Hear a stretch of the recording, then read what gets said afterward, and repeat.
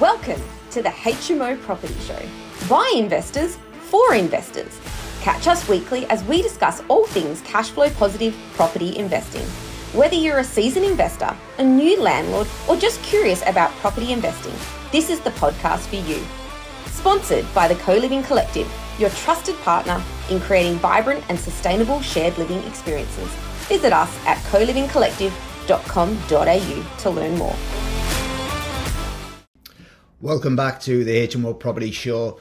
I'm your host Neil Gibb, and today I want to talk about the change in the way we live, the way that we do everything, and what we used to do is not the way we do things now, and what we're going to do in the future is not the way that we're doing things today.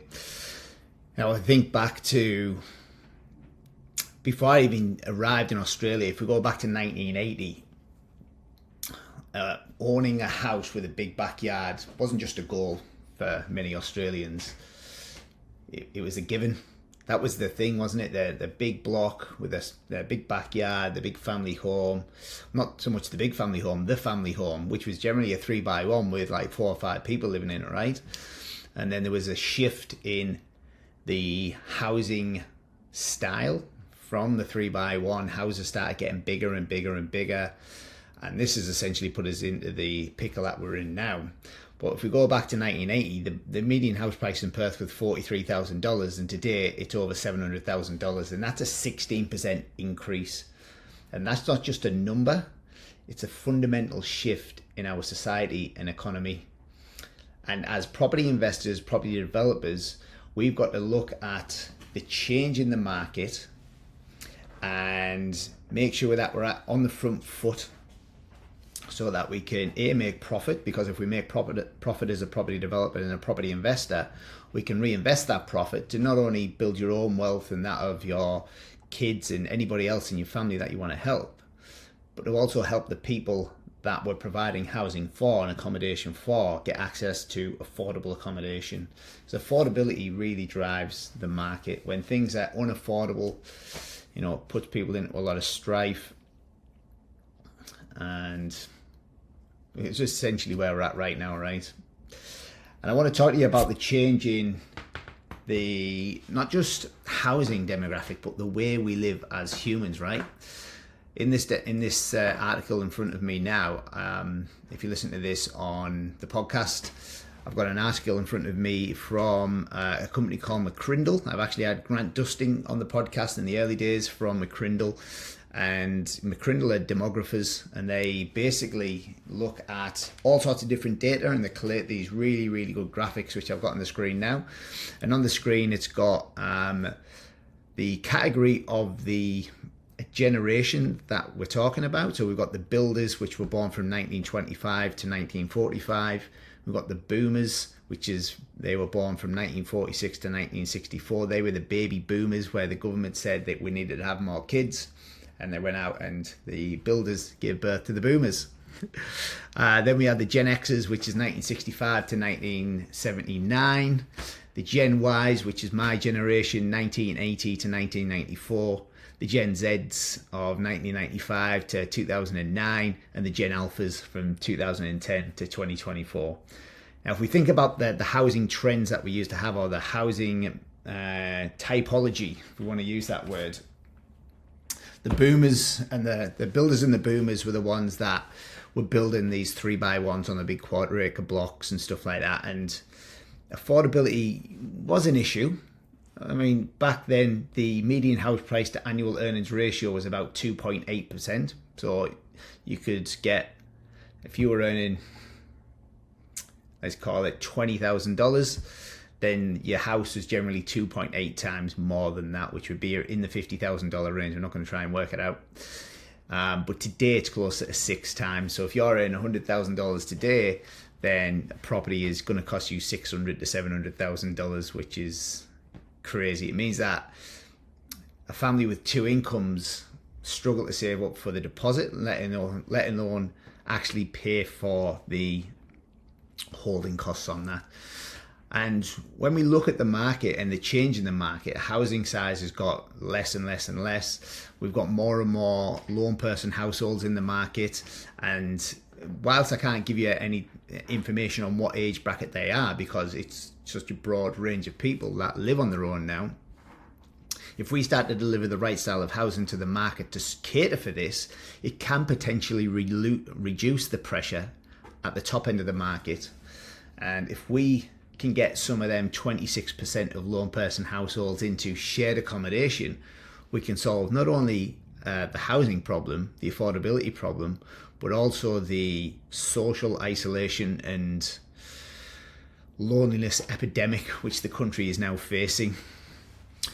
So let's just look at previously. We'll go with the boomers. You know, that's my parents, Jill and Mitch, just being over to Australia. They remembered stuff like the moon landing, their iconic cars with the Ford Mustang, their iconic toy was the Frisbee, and their music devices with the audio cassette. And back then, that's all they knew, right? Because that's all that there was available. Fast forward to the Gen Ys, and you know, I'd say our iconic car was a Toyota Prius.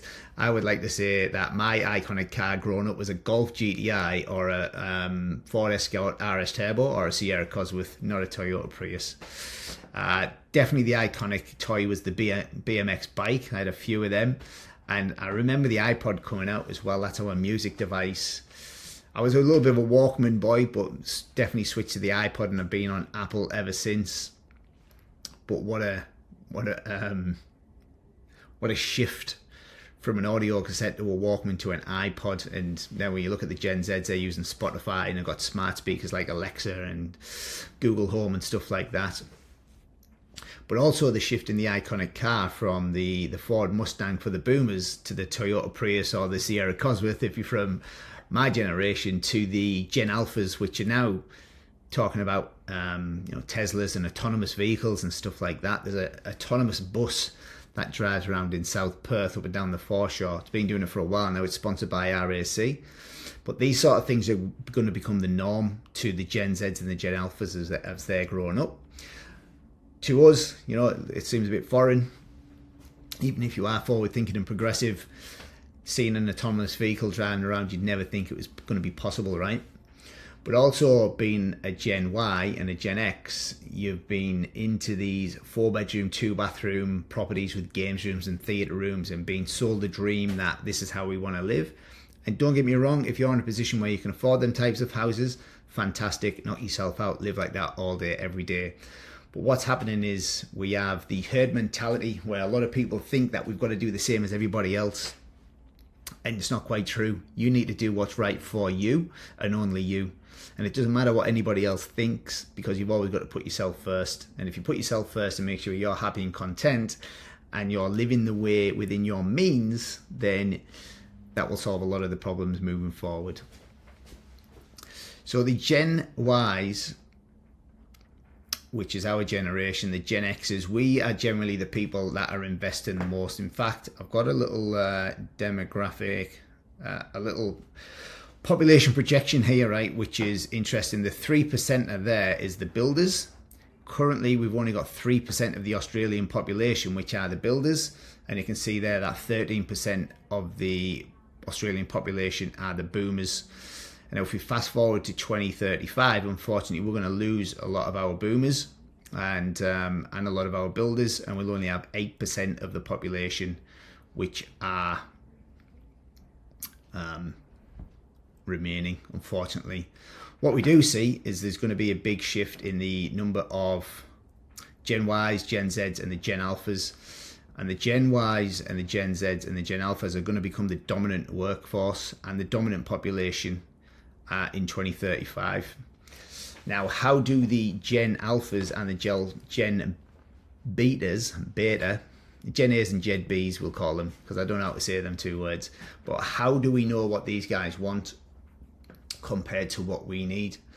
Well, if we only think about the way they live now compared to us, and if we go back to that little demographic picture that we had there, you know, it says the industry leaders, or their learning style is virtual. Their influential advice comes from chatbots and forums, and it's just a different world, isn't it? I sometimes look at little Freddie G and I'm thinking, wow, what a world. What world are you going to grow up in? I don't have the answer for you, unfortunately. I do not know. All I do know is that they are going to have to learn a different set of skills to what us as Gen Ys currently have, because the world's changing. You think about all the things, we go back to that demographic, that picture again, a lot of the things that weren't around here, like Facebook, Instagram, being a social media marketing manager, that wasn't a job when I was coming through my apprenticeship as an electrician. There'll be jobs out there that haven't been created yet from technology that's being produced and brought to the market by somebody else. The next Steve Jobs, the next Elon Musk, the next Jeff Bezos will create businesses and products and services that we don't know, we don't even need them yet, and then that will create jobs and titles and roles for people that might not even be born yet, when you think about it that way. So if we look at the way the housing demographic or the housing continuum has changed, right, we went from the 3x1, which was the smaller family home, and in them homes they had 3 people on average, or 3.5 people on average living in them properties. Fast forward into today, we've got, you know, our average house size is a 4x2, 236 square meters on average, but the amount of people living in them houses has dropped down to now 2.3%, I think, from the last consensus data, which shows that we're having kids later. Some couples are choosing not to have kids, and we're having less kids as well. So there used to be the boomers, there was generally 3 or 4 of them in their families in the way of siblings. The Gen X's and the Gen Ys started slowing it down a little bit, and then they started having kids later, prioritizing work first instead of just having babies at 17, 18, 19-year-old. Nothing wrong with that. It's just the change in the demographic. And when little Freddie G, the Gen Alpha crew, come through and they leave school, what are they going to be thinking about how they want to live? They definitely want to travel more. They definitely want more freedom. They definitely don't want to be tied into a 30-year mortgage. But they do still apparently want financial freedom and stuff like that. And we can do that by looking at the Gen Y here. And I've gone through this full booklet from them, from McCrindle. Again, thank you, McCrindle, for sharing this infographic with us. Really, really good. But I will quickly skim through all of these for you now, and you'll see that we all really want the same things. We all want financial freedom and independence. We want to travel and see the world, and we want to enjoy and pursue our interests and hobbies. If we look here at the Gen Zs, which were born between 1995 and 2009, they want to own their top hopes are they want to own their own home, have full financial freedom, travel and see the world, pursue interests and hobbies. We look again at the Gen Ys. We just looked at them previously, a couple of seconds ago. To have full financial freedom and independence, travel and see the world, pursue interests and hobbies. There's a common theme, right? We all want to travel and see the world. It's definitely become easier to navigate the world now. You can jump on a plane and go to Berlin if you want and watch a football final, if you're stupid enough to do that like I was. Hopefully one day when I do that, my team wins, because I've done it twice now and lost both times. But we've got to really think that what we've been doing previously isn't necessarily what we need to do now. And what we're doing now might not be the best thing for in the future as well. Now, I'm not saying the HMO or the co-living product is the best thing since sliced bread. Is it going to fix the housing shortage that we've got right now? I don't know. Can't really tell you that.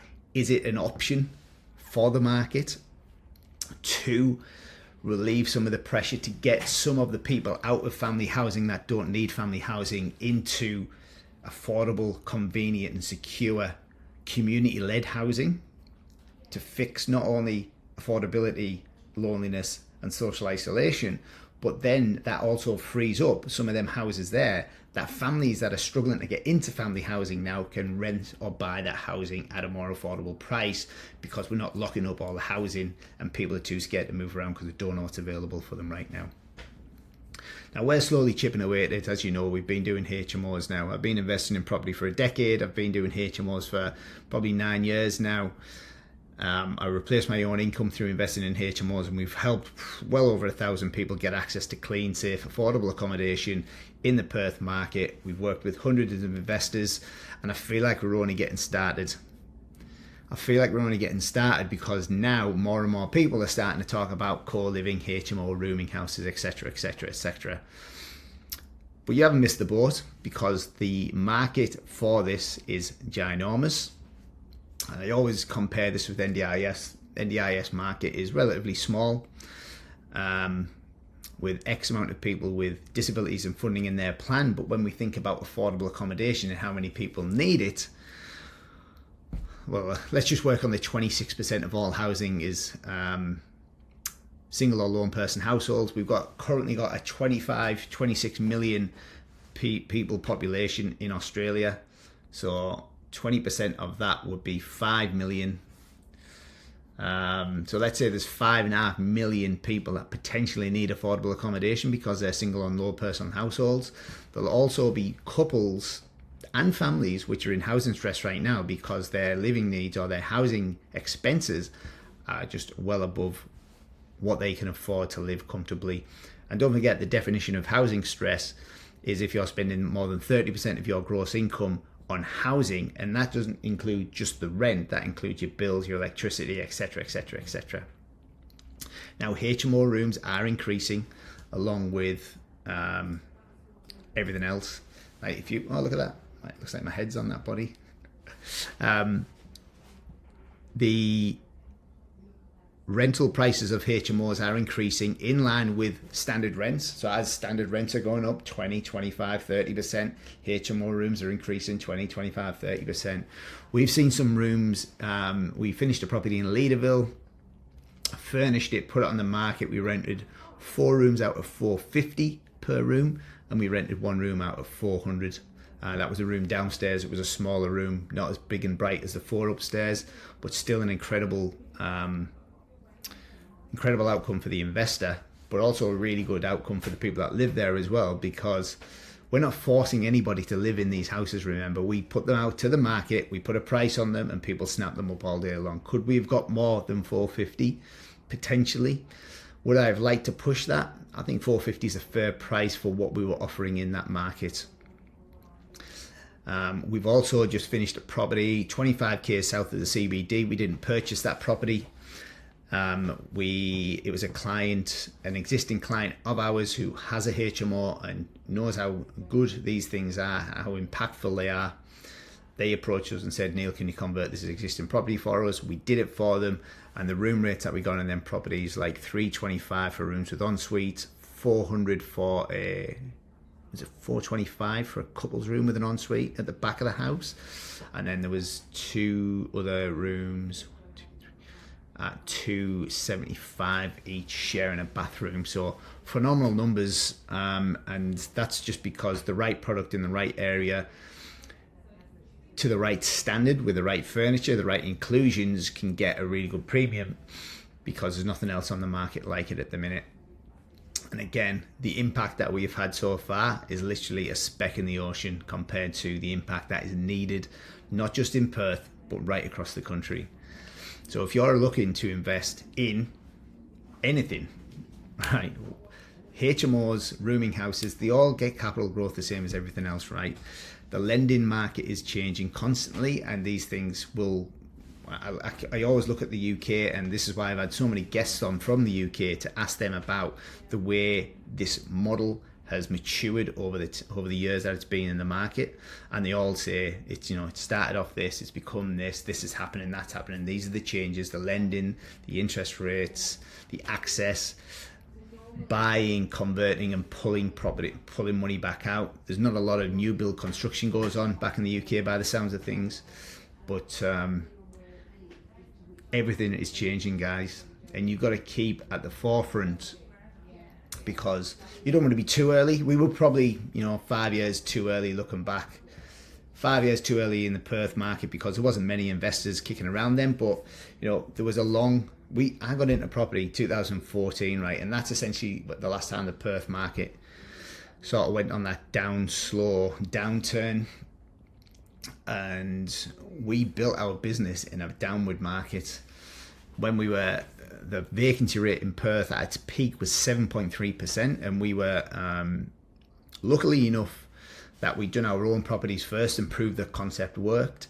And then we had people that were reaching out to us that had vacant properties that had been sat in the market for quite a long time. And I'll give you one example. Victoria Park, a client of ours who has done multiple properties with us, and he's actually become a really good friend and a mentor over the years. They had a 4-bedroom, 2-bathroom property in Victoria Park, and it was on the market for 650, dropped down to 600, dropped down to 550, dropped down to 500. And that was in a 6-month period. Couldn't rent it out.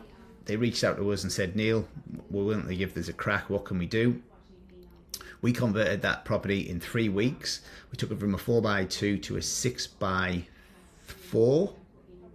One of the bathrooms was like super tight. I'd probably never do one that small again, but look, it's still rented out. Bearing in mind they couldn't rent that property out for 6 months. We converted it and we rented all 6 rooms out within 3 weeks, and we rented it out for 2.4 times more than what they couldn't rent it out for. Why? Because it's affordable, convenient, and creates community. We were attracting, in that time, Uber drivers, which were mining engineers, which had lost their jobs. We were attracting people that had moved to the country or moved to the state, and they got jobs as delivery drivers because they hadn't got the skills recognised as engineers. Just the calibre of tenant that we've always attracted is blown me away. And as it continues to mature, we're seeing better and better tenancy moving into this space. I've already done a podcast on the essential workers report from Anglicare. But of them rooms that we've just filled there, we've got IT engineers, a nurse moved into one property. God, I can't remember the demographics of them now. Every time we fill a room, I sit down with my team every Monday morning, every Tuesday afternoon. On a Monday morning, I sit with the full property management team, and they always tell me about the properties that they're filling, the rooms that they've filled. And my first question is, who did you fill them with? Tell me more about the tenants that are renting these properties from us. So we've got our finger on the pulse all the time. We know exactly who's coming through the door and who's looking for them in certain areas. On a Tuesday afternoon, I sit down with my construction team and we go through every single property so that we know where every property is at and when it's going to be getting handed over to the property management team. At the end of that meeting, we give them a list and say, these are coming into your area in the next few weeks. Make sure you start drumming up interest in them so that we can lease them fast. Hasn't been a problem in the right area. So anyway, guys, I think I got a little bit sidetracked there from what I was actually trying to say to you. What we need to say is we need to keep our finger on the pulse. We need to look at the way things are changing and think about what things or how people will want to live in the future. Simple, lock up and leave, affordable. A lot of people don't want to have mortgages even though they want full financial freedom and independence. We're probably going to see a lot of kids try and invest before they can buy their own property, mainly because it's going to be more affordable for them. And whilst they do that, they're going to need somewhere clean, safe and affordable to live, which is probably going to be a HMO or somewhere similar like that. So I hope that helps, guys. By the way, influential movies, Titanic, what a movie.